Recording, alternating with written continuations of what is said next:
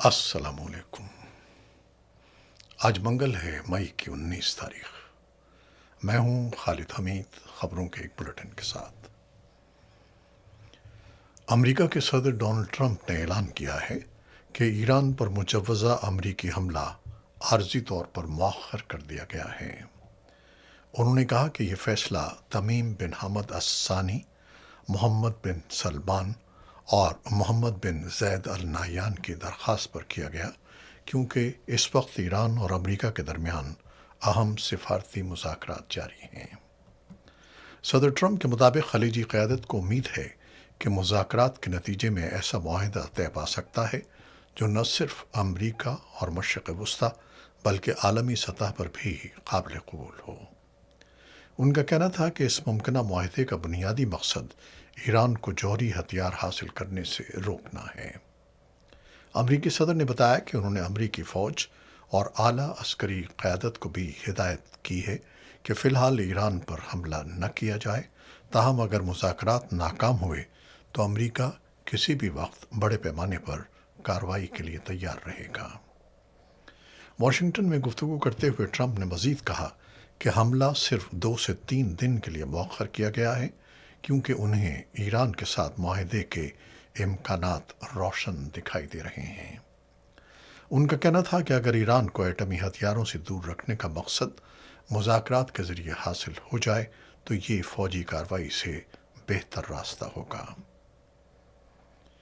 ایران اور امریکہ کے درمیان بڑھتی کشیدگی کے دوران ایرانی قیادت نے سخت موقف اختیار کرتے ہوئے واضح کیا ہے کہ تہران کسی دباؤ میں آنے والا نہیں ہے۔ ایرانی سپریم لیڈر کے عسکری مشیر محسن رضائی نے امریکی صدر ڈونلڈ ٹرمپ کو تنقید کا نشانہ بناتے ہوئے کہا کہ ایران کو ہتھیار ڈالنے پر مجبور کرنے کی کوشش ناکام ہو چکی ہے۔ انہوں نے دعویٰ کیا کہ ایرانی قوم اور مسلح افواج ہر قسم کے دباؤ کا مقابلہ کرنے کی صلاحیت رکھتی ہیں۔ دوسری جانب ایرانی فوج کے خاتم الانبیاء سینٹرل ہیڈ کوارٹرز نے خبردار کیا ہے کہ اگر امریکہ یا اس کے اتحادیوں نے کسی نئی کارروائی کی کوشش کی تو ایران فوری، فیصلہ کن اور بڑے پیمانے پر جواب دے گا۔ ایرانی عسکری قیادت کے مطابق ملکی افواج مکمل طور پر تیار ہیں اور کسی بھی ممکنہ جارحیت کا پہلے سے زیادہ سخت رد عمل دیا جائے گا۔ ادھر قطر کے وزارت خارجہ کے ترجمان ماجد الانصاری نے کہا ہے کہ امریکہ اور ایران کے درمیان جاری مذاکرات کو نتیجہ خیز بنانے کے لیے مزید وقت درکار ہے۔ ایران کے صدر مسعود پزشکیان نے بھی زور دیتے ہوئے کہا کہ مذاکرات کا مقصد ہتھیار ڈالنا نہیں، بلکہ قومی وقار، خود مختاری اور عوامی حقوق کے تحفظ کے ساتھ مسائل کا حل تلاش کرنا ہے۔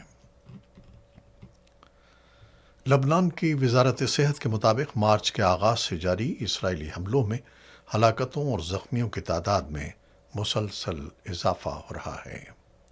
وزارت نے بتایا کہ 2 مارچ سے 18 مئی تک ہونے والی کارروائیوں میں کم از کم 3020 افراد جان سے جا چکے ہیں، جبکہ 9273 افراد زخمی ہوئے ہیں۔ جاں بحق ہونے والوں میں 18 سال سے کم عمر 211 بچے اور 116 طبی عملے کے کارکن بھی شامل ہیں۔ لبنانی حکام کا کہنا ہے کہ جنوبی لبنان کے مختلف علاقوں میں اسرائیلی بمباری کے باعث شہری آبادی شدید متاثر ہوئی ہے۔ دوسری جانب حزب اللہ نے دعویٰ کیا ہے کہ اس نے جنوبی قصبے رجف میں اسرائیلی فوجیوں کو ڈرون حملے کا نشانہ بنایا۔ تنظیم کے مطابق یہ کارروائی جنوبی دیہات پر اسرائیلی حملوں کے رد عمل میں کی گئی، تاہم اسرائیلی فوج کی جانب سے اس دعوے پر فوری طور پر کوئی رد عمل سامنے نہیں آیا۔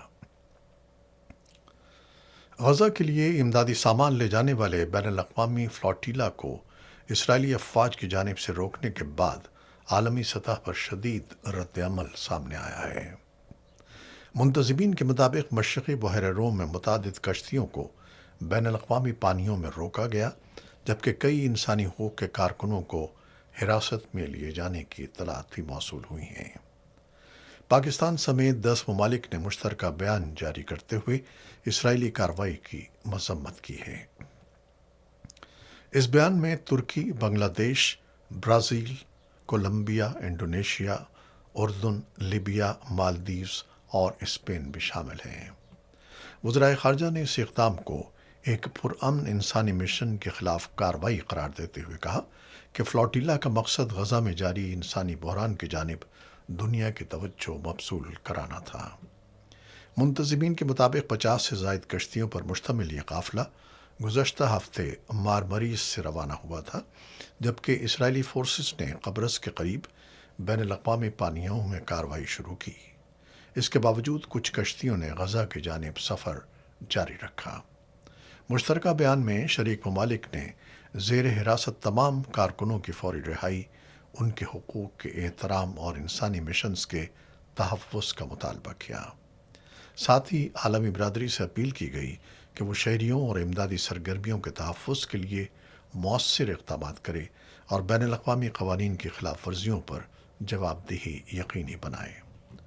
ادھر معروف سماجی کارکن سعد ایدھی، جو مرحوم عبدالستار ایدھی کے پوتے ہیں، ان افراد میں شامل ہیں جنہیں اسرائیلی فورسز نے فلوٹیلا کارروائی کے دوران حراست میں لیا ہے۔ امریکہ کی ریاست کیلیفورنیا کے شہر سینتیاگو کے اسلامک سینٹر میں فائرنگ کا واقعہ پیش آیا ہے، جس میں محافظ جاں بحق اور کئی افراد زخمی ہو گئے، جبکہ دونوں مشتبہ حملہ آور بھی مارے گئے۔ سینتیاگو کے اسلامک سینٹر میں فائرنگ کی گئی۔ مسجد کا دفاع کرنے کی کوشش میں محافظ نے جان دے دی۔ واقعے میں کئی افراد زخمی ہوئے۔ امریکی میڈیا کے مطابق اسلامک سینٹر میں حملہ آوروں کی فائرنگ سے 3 افراد جاں بحق ہوئے۔ واقعے میں 2 مشتبہ حملہ آوروں سمیت 5 افراد ہلاک ہوئے۔ پولیس کا کہنا ہے کہ 2 مشتبہ حملہ آوروں نے مسجد پر فائرنگ کی تھی، دونوں مارے گئے اور صورتحال پر قابو پا لیا گیا۔ پولیس نے خیال ظاہر کیا ہے کہ فائرنگ کا واقعہ نفرت پر مبنی جرم ہے اور دونوں مشتبہ حملہ آور کم سن تھے۔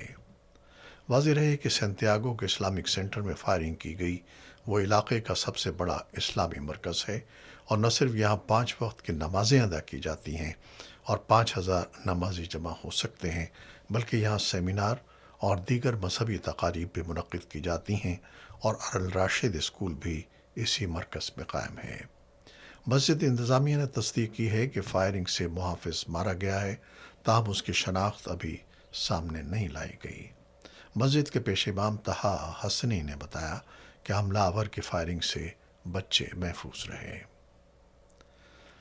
نیو یارک کے میئر زہران ممدانی نے کیلیفورنیا کی مسجد میں ہونے والے فائرنگ کے واقعے پر رد عمل دیتے ہوئے کہا ہے کہ اسلاموفوبیا امریکہ بھر میں مسلم کمیونٹی کے لیے خطرہ بنا ہوا ہے۔ زہران ممدانی نے تمام امریکی شہریوں پر زور دیا کہ اسلاموفوبیا کا مقابلہ کریں اور نفرت اور خوف کی سیاست کے خلاف کھڑے ہوں۔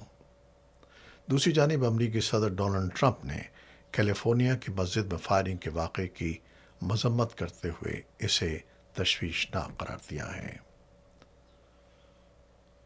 پاکستان سیکیورٹی فورسز نے خیبر پختونخوا کے شمالی ضلع وزیرستان میں کامیاب آپریشن کے دوران 22 دہشت گردوں کو ہلاک کر دیا ہے۔ آئی ایس پی آر کے مطابق 17 مئی سے شمالی وزیرستان کے علاقے شیوا میں کلیئرنس اور سینیٹائزیشن آپریشن جاری ہے، جس کے دوران سیکیورٹی فورسز نے دہشت گردوں کے ٹھکانوں کو مؤثر طریقے سے نشانہ بنایا۔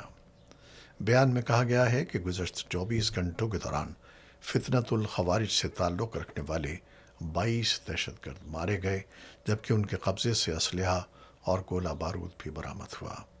ہلاک ہونے والے دہشت گرد متعدد کارروائیوں میں ملوث تھے۔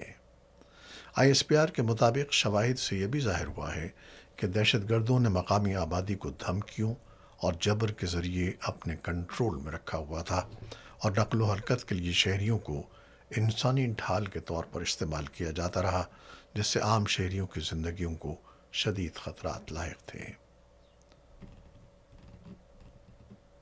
اسلام آباد کی ڈسٹرکٹ اینڈ سیشن عدالت نے سوشل میڈیا شخصیت ثنا یوسف قتل کیس میں مرکزی ملزم عمر حیات کو سزائے موت سناتے ہوئے 10 سال قید اور 2 لاکھ روپے جرمانے کی سزا بھی عائد کر دی ہے۔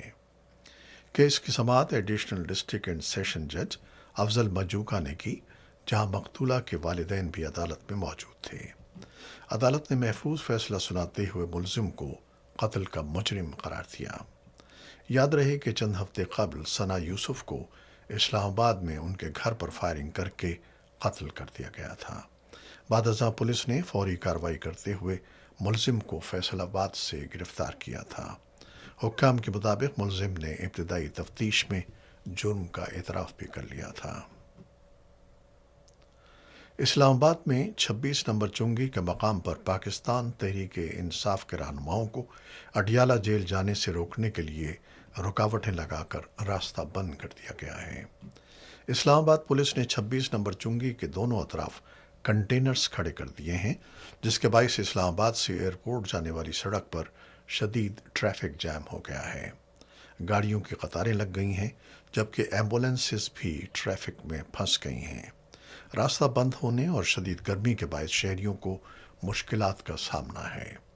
اس موقع پر وزیر اعلیٰ سہیل آفریدی نے 26 نمبر چنگی پر میڈیا سے گفتگو کرتے ہوئے کہا کہ وہ پرامن طور پر بانی پی ٹی آئی سے ملاقات کے لیے آئے تھے۔ ان کا کہنا تھا کہ کارکنوں نے ہمیشہ تحمل کا مظاہرہ کیا ہے اور ایک صوبے کے چیف ایگزیکٹو اور کابینہ کو راستے میں روکنا امتیازی سلوک ہے۔ سہیل آفریدی نے مزید کہا کہ بانی پی ٹی آئی کی فیملی، وکلاء اور ذاتی معالجین سے ملاقاتیں بنیادی انسانی حقوق کا حصہ ہیں۔ انہوں نے بانی پی ٹی آئی کے آنکھ کے مسئلے کو تشویشناک قرار دیتے ہوئے کہا کہ انہیں اپنی مرضی کے ہسپتال میں علاج کی سہولت دی جانی چاہیے۔ راولپنڈی میں سیکیورٹی خدشات کے پیش نظر اڈیالہ جیل کے اطراف سخت حفاظتی انتظامات نافذ کرتے ہوئے علاقے کو ریڈ زون قرار دے دیا گیا ہے۔ انتظامیہ نے دفعہ 144 نافذ کر کے جیل کے گرد و نواح میں غیر معمولی سیکیورٹی تعینات کر دی ہے۔ بھارت کے وزیر اعظم نریندر مودی کو یورپ کے دورے کے دوران خالصتان کے حامیوں کی جانب سے شدید احتجاج کا سامنا کرنا پڑا۔ سیاسی مبصرین اور تجزیہ کاروں کے مطابق نیدرلینڈز کے دورے کو غیر معمولی طور پر بڑھا چڑھا کر پیش کیا گیا، تاہم اس کے خاطر خواہ نتائج سامنے آئے ہیں۔ کشمیر میڈیا سروس کے مطابق خالصتان ریفرنڈم کے کارکنوں نے سویڈن کے شہر گوتھمبرگ اور نیدرلینڈز کے شہر دی ہیگ میں بھارتی حکومت کی اقلیتوں، خصوصاً سکھوں کے بارے میں پالیسیوں کے خلاف مظاہرے کیے۔ مظاہرین نے سکھ رہنما ہردیپ سنگھ نجر کے قتل اور پرمجیت سنگھ پماسا سمیت بیرون ملک سکھ کارکنوں کے خلاف مبینہ کارروائیوں کی تحقیقات اور احتساب کا مطالبہ کیا۔ رپورٹس کے مطابق گوتھمبرگ میں 16 اور 17 مئی کے درمیانی شب مظاہرین ہوٹل انگوتھیا ٹاورز کے باہر جمع ہوئے، جہاں انہوں نے وزیر اعظم مودی کے خلاف نعرے بازی کی اور بھارتی حکومت پر جبر، ظلم اور ہراسانی کے الزامات عائد کیے۔ کرکٹ۔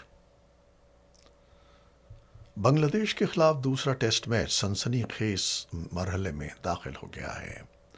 سلٹ ٹیسٹ کے چوتھے دن کے اختتام پر پاکستان کو فتح کے لیے مزید 121 رنز درکار ہیں، جبکہ بنگلہ دیش کو جیت کے لیے 3 وکٹیں حاصل کرنا باقی ہیں۔ 437 رنز کے مشکل ہدف کے تعاقب میں پاکستان کی بیٹنگ کا آغاز مایوس کن رہا اور ابتدائی 2 وکٹیں جلد گر گئیں۔ اس کے بعد 41 رنز پر 2 وکٹیں گرنے کے بعد کپتان شان مسعود اور تجربہ کار بلے باز بابر اعظم نے ذمہ دارانہ بیٹنگ کرتے ہوئے تیسری وکٹ کے لیے 92 رنز کی شراکت قائم کی۔ بعد ازاں سلمان علی آغا اور وکٹ کیپر محمد رضوان نے ذمہ دارانہ انداز اپناتے ہوئے اننگز کو سہارا دیا اور اسکور کو آگے بڑھایا۔ دونوں کے درمیان 134 رنز کی اہم شراکت بھی بنی۔ سلمان علی آغا 71 رنز بنا کر آؤٹ ہو گئے، جبکہ حسن علی بغیر کوئی رن بنائے پویلین لوٹ گئے۔ چوتھے دن کے اختتام تک پاکستان نے 7 وکٹوں کے نقصان پر 316 رنز بنا لیے تھے۔ محمد رضوان 75 رنز کے ساتھ ناٹ آؤٹ ہیں، جبکہ ساجد خان 8 رنز کے ساتھ کریز پر موجود ہیں۔ یہ تھیں وہ خبریں جو یوٹیوب چینل پر ہم نے آپ کے لیے پیش کی ہیں۔ آپ ہمارے چینل کو دیکھتے ہیں، شیئر کرتے ہیں، پسند کرتے ہیں اور اپنے کمنٹس میں اپنی محبتوں اور رائے کا اظہار کرتے ہیں۔ جس کے لیے ہم آپ کے بےحد ممنون ہیں۔ اپنی ان کاوشوں اور محبتوں کو جاری رکھیے گا۔ خالد حمید کو اب اجازت دیجیے گا۔ اللہ حافظ۔